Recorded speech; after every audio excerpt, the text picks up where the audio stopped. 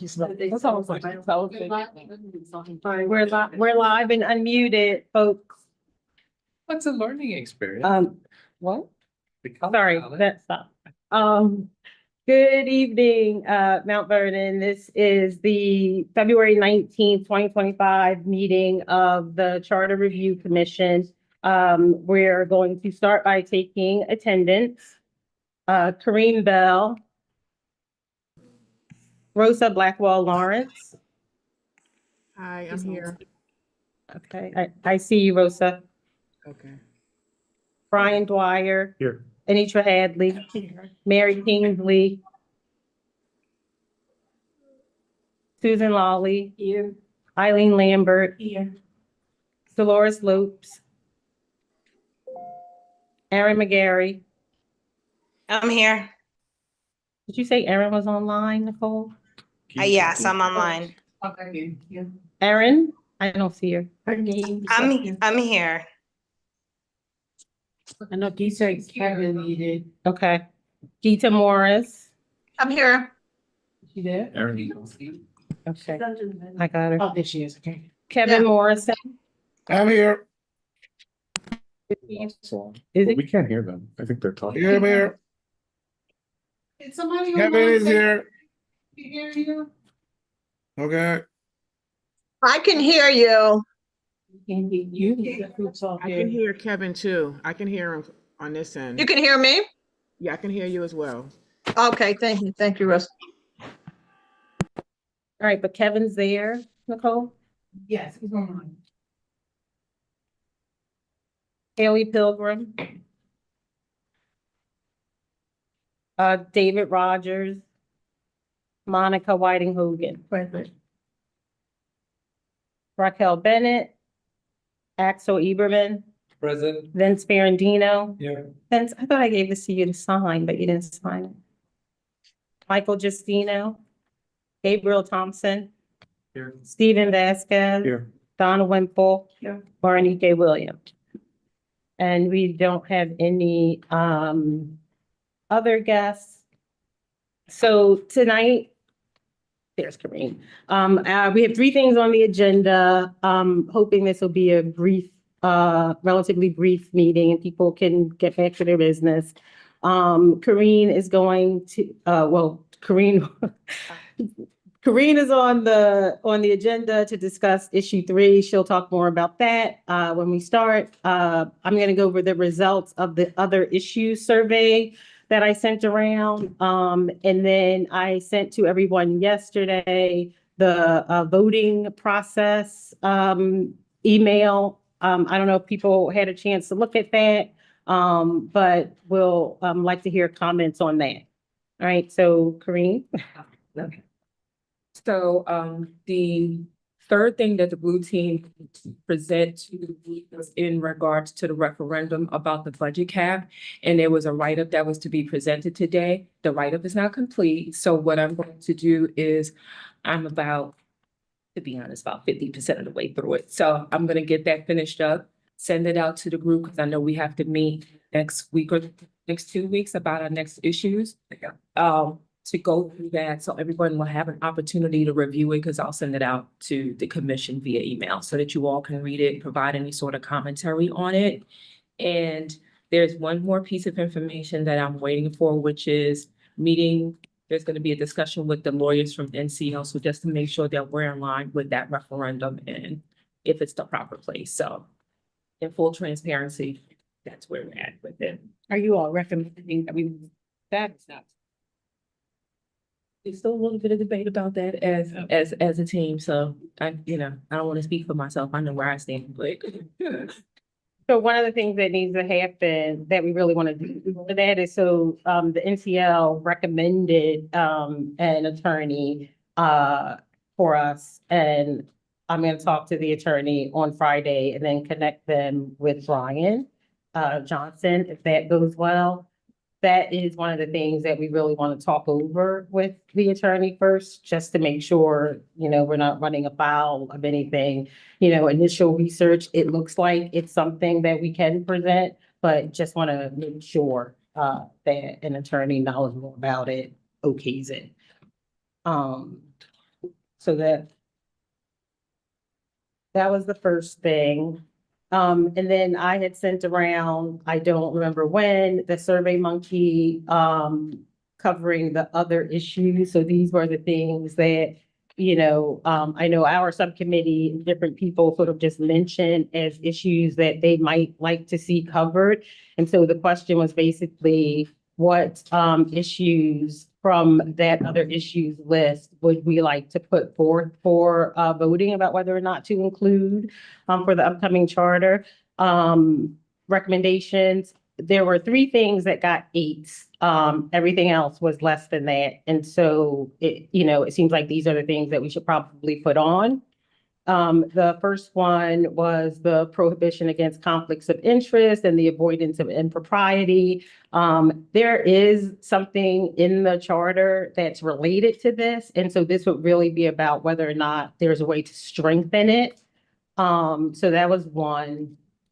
The next one was mandatory council oversight hearings for issues that meet certain criteria. So in the example given was you have 25 constituents, for example, who are complaining about the same thing. That would compel council to perform an oversight hearing about that issue. And then the third one was publication of all city contracts within 48 hours of execution. So those were the 3 that came out, on top. I think just looking at them that they are all probably text changes, so could go in something like a catch-all with a list of the change. But they still need to be written up. So I'll probably send out an email asking for volunteers to write them up. And along with these, what I would like to see happen is before our next meeting or by our next meeting, if you have issues that you want to present, so you guys did your issue chart, but you should write them up on the form and take them through the questions from the guide to charter commissions, to determine whether or not they are things that really should go for sort of mandatory referendum type thing, or whether or not they're things we could include in a text change. Whatever doesn't make that list, you should, write up the actual ballot language that you would want, and let's have that by the next meeting. The That one makes thing it does make sense. The one thing that I would need in advance would be a review by corporation counsel to say whether or not for sure legally it could be a text change versus a mandatory referendum. So I don't feel comfortable making that unless you do. I do feel comfortable about the things that we are considering now, because I think it's pretty clear that they can be text changes. Some of them should probably even be policies or procedures, but happy to ask the corp counsel to weigh in on that too. And maybe, we can send it and he can even do it, in advance. So we have something in writing. Oh, do that. So any other questions about those other issue things? Seeing none. And sorry, can you just let us know who you are and sign our sheet?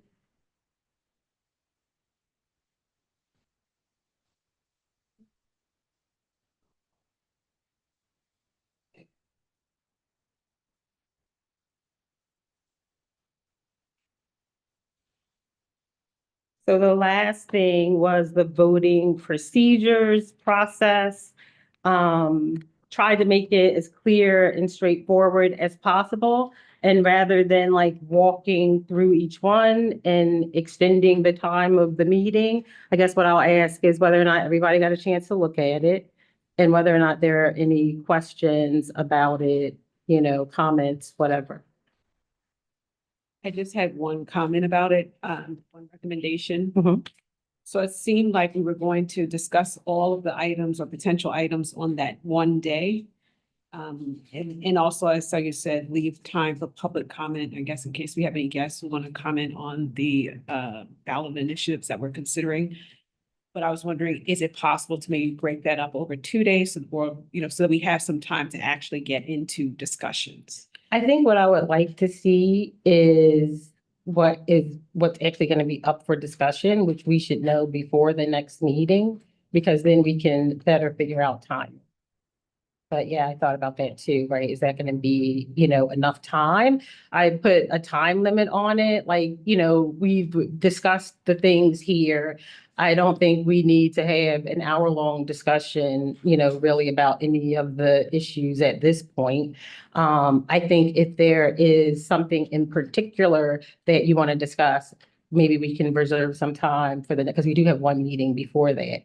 Reserve some time for the next meeting to take that up so we can leave the 19th for the voting process. Does that make sense to folks? Anything else on that document? Just as a thought, I personally don't think it would be wise splitting up into 2 days because it could potentially distort things. I feel like all of the items deserve kind of the exact same vote up and down. And so you may have different people attending on different days. The public may not want to attend 2 days. So just make it a long day. I mean, that's just what it is, right? But I think there is a potential for distortion if you tend to split in 2 days. I just wanted to. Thank you for that. As you suggested, would a time frame of like, how do you get to the council 2 minutes to make your case? It's like, I think I made it 3 weeks. Okay, and But okay, I mean, look, we can again talk about it again when we know what it is we're talking about. And I will reach out to Brian about if there he is. I will email him about it. Anything else? Because this will be like a total record.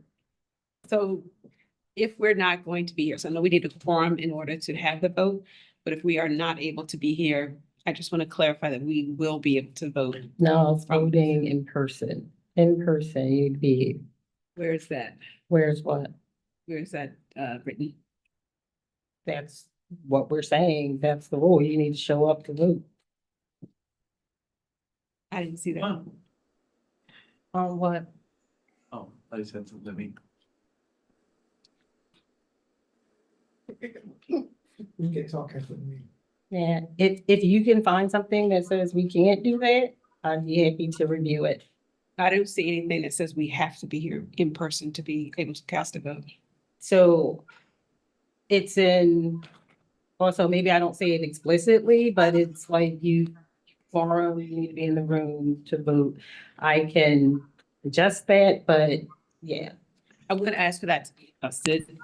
No, I mean, I can adjust the instructions if we don't if it's not clear there. I think it's asking, is that an absolute meaning that, like, revisiting the concept of being able to vote virtually? Is that what you're saying? Yes, that's exactly. That's what you're saying.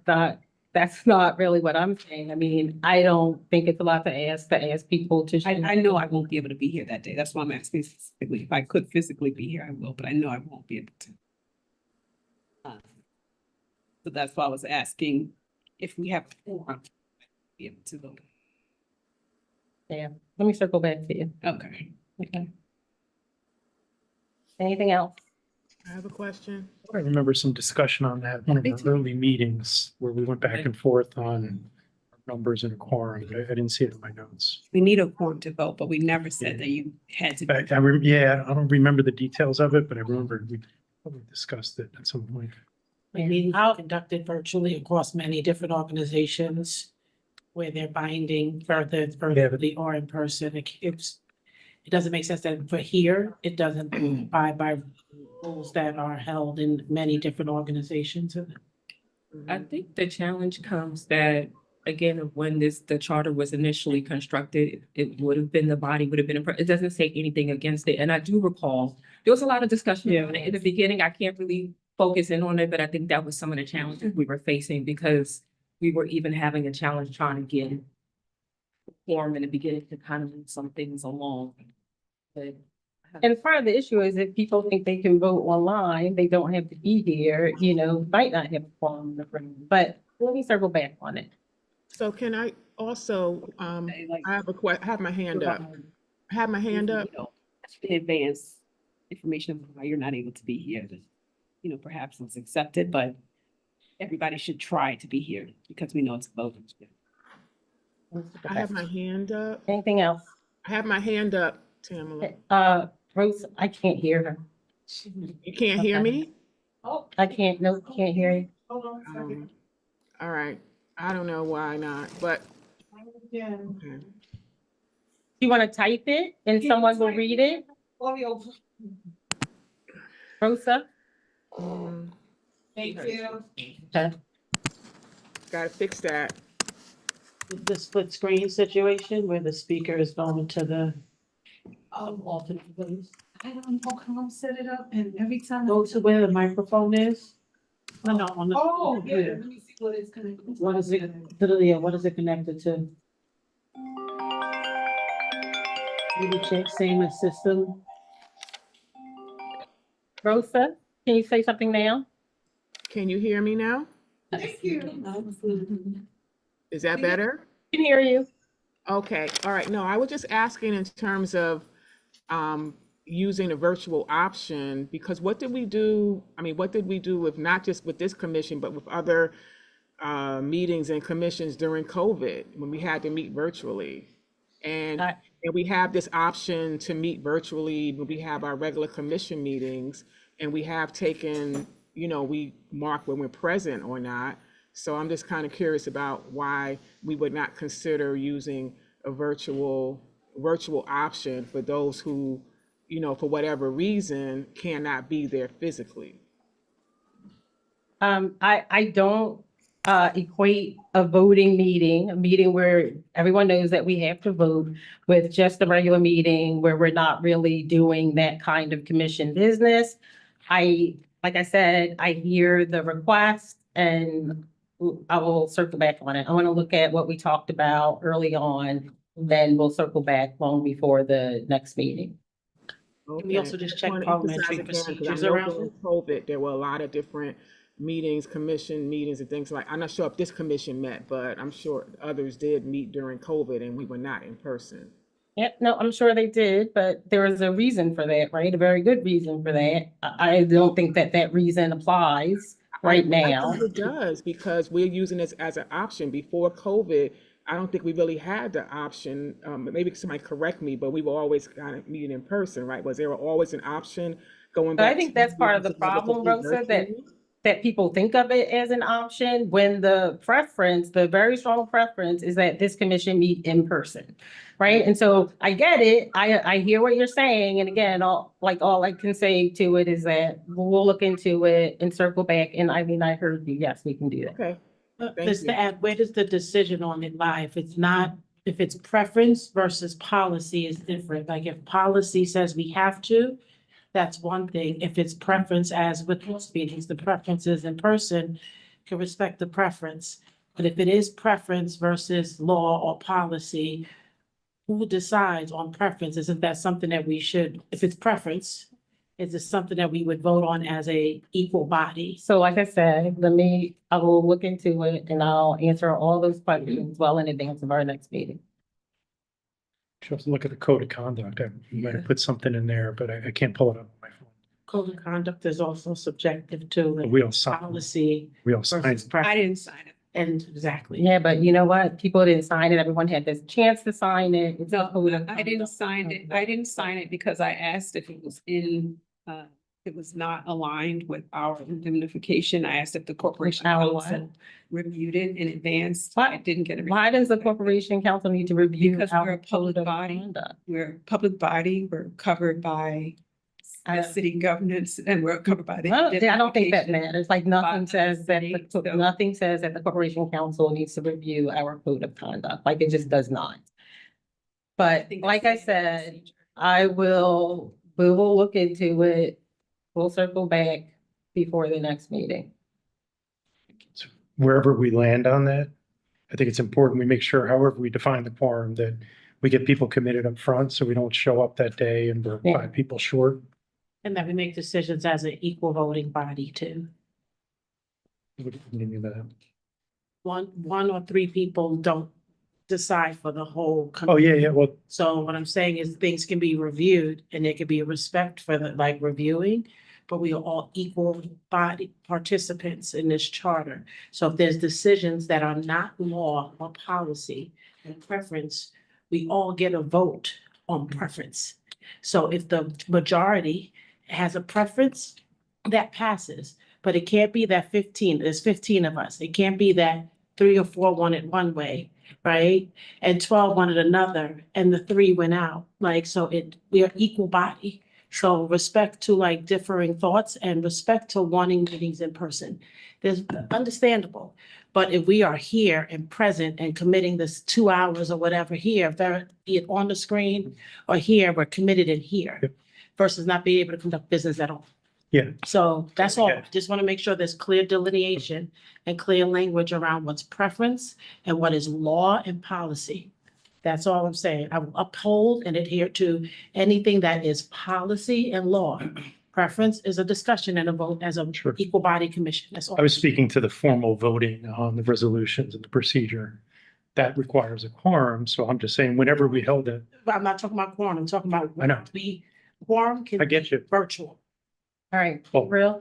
You have, not have a form of a public body virtually. I don't think that's what she's saying. But we do have a corporation counsel on here. Does he have any light to shed in here instead of hearing a bunch of non-lawyers' opinions about this topic? Well, one lawyer. Open meetings, It's, open meetings are, as long as you have the majority of the board present constitutes a meeting. So the majority of the people that constitutes the body have to be present. Don't meet. When you say present in person?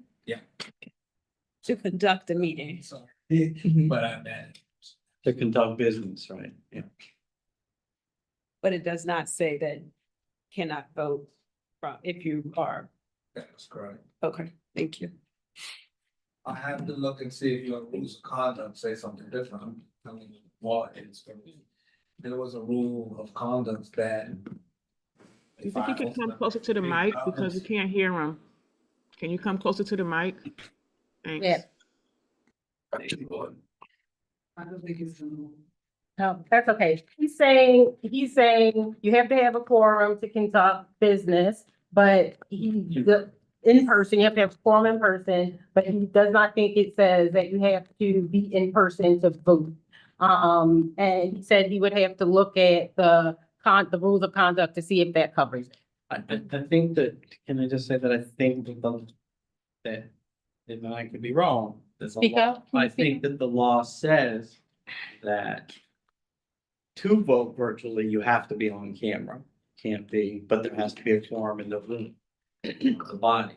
I'm not sure if the law says you have to be allowed. I have no idea, and that's why I was trying to ask. Yeah, I mean, like, the law is clear, right? You need to have the majority in the room. Yeah. Present, Yeah, right? have a quorum. Right, and you should have your camera on. I agree with that analysis, right? If you have a rules of conduct that says something different, then I would have to evaluate that against, but I'm telling you what the law is. You know, my question was, does the law prohibit? I'm just asking a question in general. Does the law prohibit you from? Are you required to let people vote virtually, or is it that you can allow votes virtually? And I believe the camera on is allowed, remember that early in COVID. So I'm not prepared to answer that question. That's why I said I would take a look at the rule, what the rules of conduct say. The law says that you absolutely can have a meeting as long as the majority of the people. Absolutely. are present. All right, Corinne and then Axel. So I'm looking at the code of conduct. I pulled it up, so there isn't anything about attendance in there. I don't believe I'll just look through it quickly. It does not state anything about attendance, but I guess going back to the point that he just made, if we're voting on a resolution that is conducting business, right? Mhm. So we have to have. So I think we all agree. Right, so- Because I don't want to keep rehashing it. Not you, I'm sorry. Yeah, no. I think we all agree that there needs to be an in-person quorum in the room before we can do anything. The question on the table is whether if we have 8 people in the room and everybody else online, does people online vote? So There's nothing in the code of conduct about that. You know, we'll go back and check and Brian will give, you know, his opinion. And again, we'll circle back, before the next meeting. Ansel. So as far as I understand it, that was extended to under COVID. There was remote participation, so there, and they just, from what I understand, because there was just testimony in Albany about it, they extended that until July 1st, 2026. You have to have a physical quorum present. Remote participation is allowed under extraordinary circumstances. That's the term, but it has to be allowed. And then they can vote. The person who is online needs to be present on them. That is because there was literally just testimony. I can send it over to you. I think they literally just changed that. And that ties into, and so I believe they need to allow remote participation, but also because we have home rule, I know we have a local ordinance about remote participation. I don't know in how far that specifically covers city council and all the bodies because we have a specific remote participation live streaming legislation in Mount Vernon that was passed about a year or two ago. But I know that the state law that also partially covers the municipalities was literally just changed maybe a month ago. I'll send it over to you because I let our lawyer talk to. So I guess the extraordinary circumstances goes to Anitra's, you know, what she was saying about, well, it, you know, say whether. And that was kind of one of the things that were contentious during that thing because it's so squishy, right? I'll connect Paul Wolf, who's from the Coalition of Open Government, our lawyer to you. He will be able to tell you all the details. But there was literally just legislation to change on that. Okay, we'll gather up the research and send it. And look, if the outcome is, I still have a lot of concern with getting a quorum in the room if everybody thinks they can be online. But if that is the outcome, then that's the outcome. But we'll let people know again well in advance of the next meeting. Anything else? All right, so we're adjourned. David's not here, so I don't know if that's right. We don't need anyone to second the adjournment. Second. Okay. All right, thanks.